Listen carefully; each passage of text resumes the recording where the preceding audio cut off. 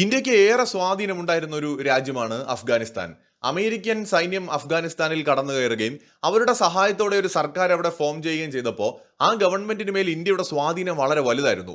വൻതോതിലുള്ള നിക്ഷേപങ്ങൾ നടത്തിയും ജനങ്ങളുമായിട്ട് നേരിട്ട് ഇടപെടുന്ന തരത്തിലുള്ള റിലേഷൻഷിപ്സ് ബിൽഡ് ചെയ്തുമൊക്കെ ഇന്ത്യ ഗവൺമെന്റും നമ്മുടെ നയതന്ത്ര ഉദ്യോഗസ്ഥരുമൊക്കെ വേറെ ലെവൽ റിലേഷൻഷിപ്പ് തന്നെ അഫ്ഗാനിസ്ഥാനുമായിട്ടുണ്ടാക്കി. എന്ന് വെച്ചാൽ ഇന്ത്യ ആരെങ്കിലും പറഞ്ഞാൽ സോഷ്യൽ മീഡിയയിൽ അവരെ പൊങ്കാലയിടുന്നത് ഇന്ത്യക്കാർക്ക് മുമ്പ് അഫ്ഗാനിസ്ഥാനികളായിരുന്നു എന്ന് കാണാൻ പറ്റും. അതിപ്പോ പാകിസ്ഥാനികളെ ആയാലും ശരി, അതുപോലെ ബംഗ്ലാദേശികളെ ആണെങ്കിലും ശരി, അഫ്ഗാനികൾ അറഞ്ചം പുറഞ്ചം വന്ന് വെട്ടി വീഴ്ത്തുമായിരുന്നു സോഷ്യൽ മീഡിയക്കകത്ത്. അത്രയും അവർക്ക് ഇന്ത്യയോട് ഇഷ്ടമുണ്ടാക്കാൻ കാരണം എന്താണെന്ന് വെച്ചാൽ ഇന്ത്യയുടെ ഇടപെടലുകളാണ്. അഫ്ഗാനിസ്ഥാനിലെ ജനങ്ങൾക്ക് ഭക്ഷണം എത്തിക്കുക, അവർക്ക് സഹായങ്ങൾ എത്തിക്കുക, അടിസ്ഥാന സൗകര്യ വികസനത്തിൽ പങ്കാളിയാവുക. ആ സമയത്ത് അമേരിക്കയ്ക്ക് അവിടെ സ്വാധീനം ഉണ്ടായിരുന്നത് കൊണ്ട് ചൈനയെ ആ പ്രദേശത്തെ അടുപ്പിച്ചിട്ടില്ല. അതുകൊണ്ട് തന്നെ അഫ്ഗാനിസ്ഥാനിൽ ഇന്ത്യ പൂണ്ട് വിളയാടിയ ഒരു കാലമുണ്ടായിരുന്നു. എന്നാൽ നമ്മുടെ ട്രംപ് വന്ന് സൈന്യത്തെ പിൻവലിക്കാനുള്ള തീരുമാനമെടുത്തപ്പോൾ ഒരുപക്ഷെ ഇന്ത്യക്കായിരിക്കും ഏറ്റവും അധികം വിഷമം തോന്നിയിട്ടുണ്ടാവുക. കാരണം നമ്മുടെ ബില്യൺ കണക്കിന് ഇൻവെസ്റ്റ്മെന്റ്സ് അവിടെ കിടക്കുകയാണ്. ഇന്ത്യയുടെ താലിബാനുമായി ബന്ധപ്പെട്ടുള്ള ഒരു റിലേഷൻഷിപ്പ് എന്ന് പറഞ്ഞാൽ വളരെ കോംപ്ലക്സ് ആയിട്ടുള്ള ഒരു റിലേഷൻഷിപ്പാണ്. Love hate റിലേഷൻഷിപ്പാണ്. ഇതിൽ എവിടെയാണ് ലവ് എന്ന് ചോദിച്ചാൽ ഈ അടുത്ത കാലത്താണ് കേട്ടോ. അതിലേക്ക് ഞാൻ വരാം. ഏറ്റവും അധികം വെറുപ്പിന്റെ അല്ലെങ്കിൽ വിദ്വേഷത്തിന്റെ, എതിർപ്പിന്റെ, ശത്രുതയുടെ ഒരു ചരിത്രമാണ് താലിബാനും ഇന്ത്യക്കും പറയാനുള്ളത്. പക്ഷെ അവിടെ നിന്ന് കാര്യങ്ങൾ അപ്പാടെ മാറുകയാണ്. ഇപ്പോ അതൊരു സുഹൃത്ത് ബന്ധത്തിലേക്ക് ഇന്ന് മാറുന്നു എന്നുള്ളത് ആശ്ചര്യപ്പെടുത്തുന്ന കാര്യമായിട്ടാണ് എനിക്ക് തോന്നുന്നത്. ഇന്ത്യയുടെ ഫോറിൻ പോളിസിയിലെ ജാലവിദ്യകൾ നമുക്കിപ്പോഴും മനസ്സിലാക്കാൻ കഴിയാത്തതാണ്, ഈ മാംഗോ ട്രീ മാജിക് പോലെ. അപ്പോ വളരെ വളരെ ഇൻട്രസ്റ്റിംഗ് ആയിട്ട് തോന്നുന്ന ചില കാര്യങ്ങളിലേക്കാണ് നമ്മൾ പോകുന്നത്. ഇന്ത്യ ഒഫീഷ്യലി, ഇത് ഏതെങ്കിലും ഒരു പൊളിറ്റീഷ്യന്റെ സ്റ്റേറ്റ്മെന്റ് അല്ല ഞാൻ പറയുന്നത്, ഇന്ത്യയുടെ വിദേശകാര്യ വകുപ്പ് ഒഫീഷ്യലി തന്നെ അതിന്റെ സ്പോക്ക് പേഴ്സൺ ഈ അഫ്ഗാനിസ്ഥാൻ പാകിസ്ഥാൻ ഇഷ്യൂവിൽ ഇൻഡയറക്ട്ലി അഫ്ഗാനിസ്ഥാനെ അഥവാ താലിബാനെ സപ്പോർട്ട് ചെയ്തിരിക്കുകയാണ്. എങ്ങനെയെന്ന് വെച്ചാൽ ഈ അഫ്ഗാനിസ്ഥാന്റെ അതിർത്തി കടന്നുകൊണ്ട് പാകിസ്ഥാൻ ചില ആക്രമണങ്ങൾ നടത്തിയിട്ടുണ്ട്.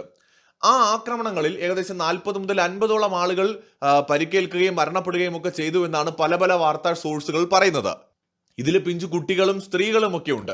അപ്പൊ ഈ സംഭവത്തിൽ വളരെ വ്യക്തമായിട്ടും ഇന്ത്യയുടെ ഒരു സ്റ്റേറ്റ്മെന്റ് വന്നിരിക്കുന്നത് എന്താണെന്ന് വെച്ചാൽ, നിങ്ങളുടെ സ്ഥിരം പരിപാടിയാണിത്. നിങ്ങളുടെ രാജ്യത്ത് ഇന്റേണൽ ഇഷ്യൂസ് ഉണ്ടെങ്കിൽ, അതായത് പാകിസ്ഥാനെയാണ് പറയുന്നത്, നിങ്ങളുടെ രാജ്യത്തിനകത്തുള്ള പ്രശ്നങ്ങൾ ഉണ്ടാവുമ്പോൾ അതിനെ മറച്ചു പിടിക്കാൻ മറ്റ് രാജ്യങ്ങളുടെ മേൽ ബ്ലെയിം ചെയ്യുക, എന്നിട്ട് അവിടെ കയറി ഇതുപോലുള്ള ആക്രമണങ്ങൾ നടത്തുക.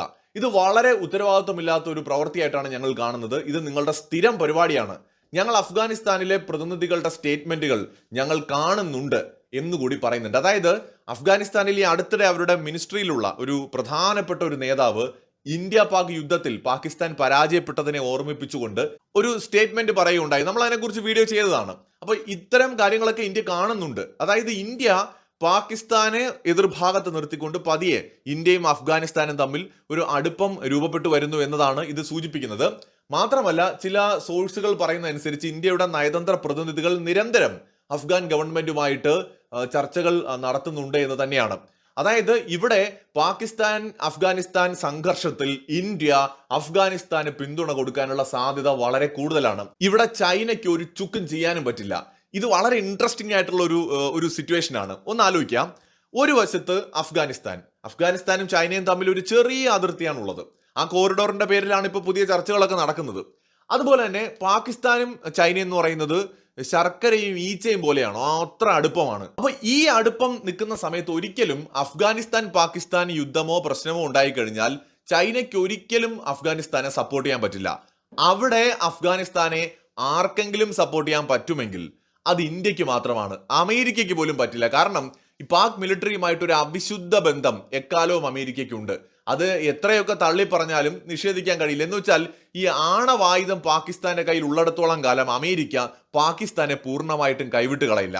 ഈ ആണവായുധം പാകിസ്ഥാന് കിട്ടിയതിന്റെ പിന്നിലും യുഎസിനും ചൈനയ്ക്കും ഒക്കെ വലിയ പങ്കുണ്ട്. അപ്പൊ ഇവിടെ കാര്യങ്ങൾ വ്യക്തമാണ്. അഫ്ഗാനിസ്ഥാൻ അഥവാ താലിബാനും നന്നായിട്ടറിയാം, പാകിസ്ഥാനുമായിട്ടൊരു പ്രശ്നമുണ്ടായാൽ അവരുടെ കൂടെ നിൽക്കാൻ ചൈനയും കാണില്ല. എന്തിന്, റഷ്യക്ക് പോലും കഴിയില്ല. കാരണം ചൈനയും റഷ്യയും തമ്മിൽ നല്ല അടുപ്പമുണ്ട്. പാകിസ്ഥാനുമായിട്ടും ഒരു തരക്കേടില്ലാത്ത നയതന്ത്ര ബന്ധം റഷ്യ ഇന്ന് നിലനിർത്തി പോകുന്നുണ്ട്. കാരണം റഷ്യ ഓൾറെഡി ലോകത്ത് വലിയ പ്രതിസന്ധി നേരിടുന്ന ഒരു സമയമാണ്. അപ്പോൾ പാകിസ്ഥാനെ കൂടി അവരുടെ കൂടെ ഒരു ട്രേഡ് തുടങ്ങിയിട്ട് കൂടെ നിർത്താനുള്ള ഒരു ശ്രമം റഷ്യ നടത്തുന്നുണ്ട്. അത് അവരുടെ നിലനിൽപ്പിന്റെ ആവശ്യമാണ്. അപ്പൊ അതുകൊണ്ട് നേരിട്ട് പാകിസ്ഥാനെ വിഷമിപ്പിക്കാൻ റഷ്യയും ചിലപ്പോൾ ഇനി തയ്യാറായെന്ന് വരില്ല. ചിലപ്പോൾ ഇന്ത്യ പാക് യുദ്ധം ഉണ്ടായാൽ റഷ്യ അത് നോക്കില്ല. എന്തായാലും അഫ്ഗാനിസ്ഥാനും പാകിസ്ഥാനും തമ്മിൽ ഉണ്ടാവുന്ന ഒരു പ്രശ്നത്തിൽ എന്തായാലും റഷ്യ പോയിട്ട് ഏകപക്ഷീയമായിട്ട് അങ്ങ് അഫ്ഗാനിസ്ഥാനെ സപ്പോർട്ട് ചെയ്യില്ല. സോ അവിടെ ലോകത്ത് കട്ടയ്ക്ക് അഫ്ഗാനെ സപ്പോർട്ട് ചെയ്യാൻ കഴിയുന്ന ഏക രാജ്യം ഇന്ത്യയാണ്. ഇത് താലിബാന് നന്നായിട്ട് അറിയാം. കാരണം ഇന്ത്യയും പാകിസ്ഥാനും ശത്രുക്കളാണ്. നാളെ ഇനിയിപ്പോ ചൈനയും അഫ്ഗാനിസ്ഥാനും തമ്മിൽ യുദ്ധമുണ്ടായാൽ പോലും അഫ്ഗാനിസ്ഥാന് ധൈര്യമായിട്ട് ഇന്ത്യ ആശ്രയിക്കാം. അവിടെയാണ് ഇത് വളരെ ഇൻട്രസ്റ്റിംഗ് ആയിട്ട് മാറുന്നത്. അപ്പൊ ഇന്ത്യയുടെ ഇൻഡയറക്റ്റ് ആയിട്ടുള്ള അഫ്ഗാനിസ്ഥാനുള്ള ഒരു സപ്പോർട്ട് പാകിസ്ഥാൻ അപകടം മണത്തിട്ടുണ്ട് എന്നത് തർക്കമില്ലാത്ത കാര്യമാണ്. സമീപകാലത്തായിട്ട് ഈ താലിബാനിലെ ചില പ്രധാനപ്പെട്ട അവരുടെ പൊളിറ്റിക്കൽ ലീഡേഴ്സിന്റെ ഇന്ത്യയോടുള്ള സമീപനം സൂചിപ്പിക്കുന്ന ചില സ്റ്റേറ്റ്മെന്റുകളുണ്ട്. പല തവണയാണ് ഇന്ത്യയുമായിട്ട് ഫ്രണ്ട്ലി റിലേഷൻഷിപ്പ് മെയിൻറ്റെയിൻ ചെയ്യണമെന്ന് അത് ആഗ്രഹിക്കുന്നുവെന്ന് താലിബാൻ തുറന്നു പറഞ്ഞത്. അഫ്ഗാനിസ്ഥാന്റെ വികസനത്തിൽ ഇന്ത്യക്ക് വലിയ പങ്ക് വഹിക്കാൻ കഴിയുമെന്നും തുടർന്നും ഇന്ത്യ നൽകി വരുന്ന സപ്പോർട്ട് ഞങ്ങൾക്ക് വേണമെന്നും പലപ്പോഴായി താലിബാൻ പറഞ്ഞിട്ടുണ്ട്. ഏഷ്യയിലും ഇന്ത്യൻ സബ് കോണ്ടിനെന്റിലും ഈ റീജിയണിലും സൗത്ത് ഈസ്റ്റ് മേഖലയിലുമൊക്കെ ഇന്ത്യ ഒരു പ്രധാനപ്പെട്ട ഒരു കീ പ്ലെയർ ആയിട്ട് താലിബാൻ തുറന്ന് സമ്മതിച്ചിട്ടുണ്ട്. മേഖലയില് പീസ്, സ്റ്റെബിലിറ്റി, ഡെവലപ്മെന്റ് ഇത് കൊണ്ടുവരാൻ ഇന്ത്യക്ക് സാധിക്കുമെന്നാണ് ഞങ്ങൾ വിശ്വസിക്കുന്നത് എന്നും താലിബാൻ ഒരു സ്റ്റേറ്റ്മെന്റ് ആയി പറഞ്ഞിട്ടുണ്ട്. അവരുടെ സ്പോക്ക് പേഴ്സൺ ആണ് പറഞ്ഞത്. അഫ്ഗാനിസ്ഥാനിൽ ഇന്ത്യയുടെ ഒരുപാട് പ്രോജക്റ്റുകൾ ഉണ്ട്, ഡെവലപ്മെന്റ് പ്രോജക്റ്റുകൾ ഉൾപ്പെടെ. അത് നേരത്തെ പറഞ്ഞ പോലെ ഈ താലിബാൻ അധികാരത്തിൽ വരുന്നതിന് മുമ്പ് ഇന്ത്യ തുടങ്ങി വെച്ചതാണ്. അഫ്ഗാനിസ്ഥാൻ ഗവൺമെന്റ്, ഇപ്പോഴത്തെ താലിബാൻ ഗവൺമെന്റ് ഒരു കാര്യം ഉറപ്പ് തന്നിട്ടുണ്ട്: ഇന്ത്യയുടെ പ്രോജക്റ്റുകൾ, ഇന്ത്യ നടത്തിക്കൊണ്ടിരിക്കുന്ന ഡെവലപ്മെന്റ് പ്രോജക്റ്റുകൾ ഇതെല്ലാം ഞങ്ങൾ പ്രിസർവും ചെയ്യും, പ്രൊട്ടക്റ്റും ചെയ്യും. ഒരു തരത്തിലും അവിടെ ഒരു പ്രശ്നം ഉണ്ടാകാൻ അനുവദിക്കില്ല. ഒരു തടസ്സവുമില്ലാതെ ഇന്ത്യയുടെ മിഷൻസ് അഫ്ഗാനിസ്ഥാനിൽ ഇന്ത്യക്ക് തുടരാനുള്ള എല്ലാ സൗകര്യങ്ങളും ഞങ്ങൾ ഉറപ്പുവരുത്തും എന്ന് താലിബാൻ ഒഫീഷ്യലി തന്നെ പറഞ്ഞിട്ടുണ്ട്. അഫ്ഗാനിസ്ഥാനിൽ ഇന്ത്യക്ക് ഇൻഫ്രാസ്ട്രക്ചർ രംഗത്ത്, എഡ്യൂക്കേഷൻ രംഗത്ത്, ഹെൽത്ത് പ്രോജക്റ്റുകൾ, അങ്ങനെ ഒരുപാട് ഇൻവെസ്റ്റ്മെന്റ്സ് ഉണ്ട്. താലിബാൻ അധികാരത്തിലേക്ക് എത്തിയപ്പോൾ ഇതൊക്കെ എന്താകുമെന്ന ചോദ്യമായിരുന്നു ഏറ്റവും അധികം ഉയർന്നത്. എന്നാൽ താലിബാൻ തന്നെ പലപ്പോഴായി പറഞ്ഞു കഴിഞ്ഞു ഇതൊക്കെ യാതൊരു തടസ്സവുമില്ലാതെ തുടരാൻ സാധിക്കും, അതിനുള്ള എല്ലാ സപ്പോർട്ടും ഞങ്ങൾ നൽകുമെന്ന്. 2021 ഈ താലിബാൻ അഫ്ഗാനിസ്ഥാന്റെ അധികാരം ഏറ്റെടുത്തപ്പോൾ ഇന്ത്യ മുഖം തിരിഞ്ഞു നിന്നിട്ടില്ല. അവരെ അംഗീകരിക്കാൻ തയ്യാറായില്ല. അതൊരു ഭീകരവാദ പ്രസ്ഥാനമെന്ന നിലയ്ക്ക് തന്നെയാണ് തുടക്കത്തിൽ ഇന്ത്യ അവരെ ഡീൽ ചെയ്തിട്ടുള്ളത്. അത്തരം മിലിറ്റന്റ് ഗ്രൂപ്പുകളെ ഇന്ത്യ ഒരു കാലത്തും സപ്പോർട്ട് ചെയ്യുന്ന ഒരു ശീലമില്ല. താലിബാൻ ഒരു സാധാരണ സർക്കാർ ഉണ്ടാക്കാൻ കഴിയുമെന്നും ജനാധിപത്യ മൂല്യങ്ങളൊക്കെ ഉയർത്തിപ്പിടിച്ചുകൊണ്ട് ഒരു തീവ്രവാദ ഗ്രൂപ്പിൽ നിന്ന് വ്യത്യസ്തമാണെന്നും പ്രൂവ് ചെയ്യട്ടെ എന്നൊരു നിലപാടാണ് ഒരു അൺഒഫീഷ്യലി ഇന്ത്യ എടുത്തത്. ആദ്യം അവരുടെ ഭരണം എങ്ങനെയാണെന്ന് കാണട്ടെ, കണ്ടിട്ട് സഹകരണത്തെ കുറിച്ച് ആലോചിക്കാം എന്നൊരു നിലപാട്. പക്ഷെ അപ്പോഴും ഇന്ത്യ എന്ത് ചെയ്തെന്നറിയോ? ഹ്യൂമാനിറ്റേറിയൻ എയ്ഡ് കൃത്യമായിട്ടും താലിബാൻ ഭരിക്കുമ്പോഴും അഫ്ഗാനിസ്ഥാന് നൽകിക്കൊണ്ടേയിരുന്നു. അതായത് അവിടെയുള്ള ജനങ്ങൾക്ക് ആവശ്യമായിട്ടുള്ള ഹ്യൂമാനിറ്റേറിയൻ അസിസ്റ്റൻസ് ഇന്ത്യ തുടർന്നിരുന്നു എന്നർത്ഥം. ഇന്ത്യ പാകിസ്ഥാനിലൂടെ ഇത് കൊണ്ടുപോകാനായിട്ട് ശ്രമിച്ചപ്പോൾ പാകിസ്ഥാൻ തടഞ്ഞു. അസൂയയാണ് കാരണം. അപ്പൊ ഇന്ത്യ എന്ത് ചെയ്തു? മറ്റു വഴികളിലൂടെ ഇത് അവരെ എത്തിക്കുക തന്നെ ചെയ്തുകൊണ്ടേയിരുന്നു. അപ്പൊ ഇത് ജനങ്ങൾക്കിടയിൽ ഇന്ത്യയോട് ഇപ്പോഴും ഒരു അനുകൂല മനോഭാവം ഉണ്ടാവുന്നതിന് കാരണമാണ്. അന്നം കൊടുക്കുന്ന രാജ്യത്തോടൊരു നന്ദിയും കടപ്പാടും ഒക്കെ ഉണ്ടാവുമല്ലോ. അതും പൈസ വാങ്ങിയിട്ടല്ല കൊടുക്കുന്നത്, നമ്മൾ സഹായം എന്ന നിലയ്ക്കാണ് കൊടുക്കുന്നത്. അതുകൊണ്ടുള്ള ഒരു സ്നേഹം ഇപ്പോഴും വലിയൊരു വിഭാഗം അഫ്ഗാനികൾക്ക് ഇന്ത്യയോടുണ്ട്. മതപരമായ വ്യത്യാസങ്ങളും അഭിപ്രായ ഭിന്നതകളും ഉള്ളപ്പോഴും ഇന്ത്യക്കാരെ അവർ ഇഷ്ടപ്പെടാൻ ഇതൊരു പ്രധാന ഘടകമാണ്. ഈ അടുത്തിടെ താലിബാന്റെ ഒരു പ്രതിനിധി ഇന്ത്യയും അഫ്ഗാനിസ്ഥാനും തമ്മിലുള്ള ഹിസ്റ്റോറിക്കൽ ആൻഡ് കൾച്ചറൽ ടൈസിനെ കുറിച്ചൊക്കെ വളരെ വിശദമായി സംസാരിച്ചത് ഒരു പുതിയ കാഴ്ചയായിരുന്നു. ഇരു രാജ്യങ്ങൾക്കുമിടയിലുള്ള ഷെയർഡ് ആയിട്ടുള്ള റിലീജിയസ് ആൻഡ് കൾച്ചറൽ ഹെറിറ്റേജിന്റെ വാല്യൂസിനെ കുറിച്ചൊക്കെയാണ് അദ്ദേഹം പറഞ്ഞത്. പ്രത്യേകിച്ച് ബുദ്ധിസം, ഇൻഡോ അഫ്ഗാൻ ട്രഡീഷൻസ് ഒക്കെ വളരെ പ്രധാനപ്പെട്ട ഒന്നാണ്. കോവിഡ് സമയത്ത് ആ ഒരു അവസരത്തിൽ ഇന്ത്യ വളരെ തന്ത്രപരമായ ഒരു ഫോറിൻ പോളിസിയാണ് എടുത്തത്. ഡെവലപ്പിംഗ് രാജ്യങ്ങൾക്കും അതുപോലെ അവികസിത രാജ്യങ്ങൾക്കും ഒരേ സമയത്ത് സഹായം കൊടുത്തുകൊണ്ട്, വാക്സിൻസ് എത്തിച്ചുകൊണ്ട്. വികസിത രാഷ്ട്രങ്ങളൊക്കെ എന്ത് ചെയ്തു? അവർക്ക് വേണ്ടിയിട്ട് വാക്സിൻ ഉണ്ടാക്കിയപ്പോൾ ഇന്ത്യക്ക് വേണ്ടി ഉണ്ടാക്കിയ കൂട്ടത്തില് അവികസിത രാജ്യങ്ങൾക്കും വികസ്വര രാജ്യങ്ങൾക്കും കൂടി വാക്സിൻ കൊടുത്തു. അതിൽ പൈസ കൊടുത്ത് വാങ്ങാൻ ശേഷിയില്ലാത്ത രാജ്യങ്ങൾക്ക് സൗജന്യമായി കൊടുത്തു. അഫ്ഗാനിസ്ഥാനും കൊടുത്തിരുന്നു നമ്മൾ വാക്സിൻ. അപ്പോൾ ഒരുപാട് സഹായം നമ്മൾ ഇങ്ങനെ ലോകത്ത് പല രാജ്യങ്ങൾക്കും ചെയ്തു. അപ്പൊ അക്കൂട്ടത്തിൽ അഫ്ഗാനിസ്ഥാന് ഒരുപാട് ബെനിഫിറ്റ്സ് ഇന്ത്യയുടെ അടുത്തുനിന്ന് കിട്ടി.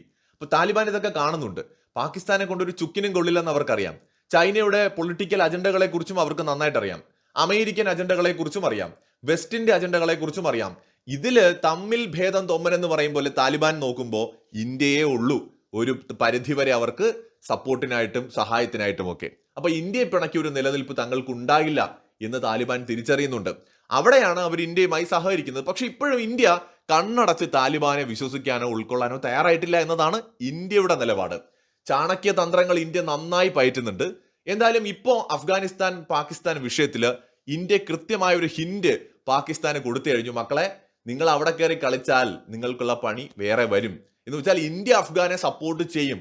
അത് ചിലപ്പോൾ നേരിട്ടായിരിക്കില്ല. അതെങ്ങനെയാണെന്നൊക്കെ ഇന്ന് എല്ലാവർക്കും അറിയാം, പ്രേക്ഷകർക്കൊക്കെ അറിയാമായിരിക്കും. സോ നമുക്ക് പല വഴികളുണ്ട്. ഇപ്പൊ ആരെ വേണമെങ്കിലും സപ്പോർട്ട് ചെയ്യാം. അരാക്കൻ ആർമിയുടെ കാര്യമൊക്കെ നമ്മുടെ മുമ്പിലുണ്ട്. അപ്പൊ അതുകൊണ്ട് എന്തായാലും ഇവിടെ ഇന്ത്യക്ക് നല്ല രീതിയിൽ ഒരു കളി കളിക്കാൻ പറ്റും. പാകിസ്ഥാൻ ശരിക്കും പെടാൻ പോകുന്നത് അവിടെയാണ്. മറ്റൊരു വീഡിയോയുമായി വീണ്ടും കാണാം.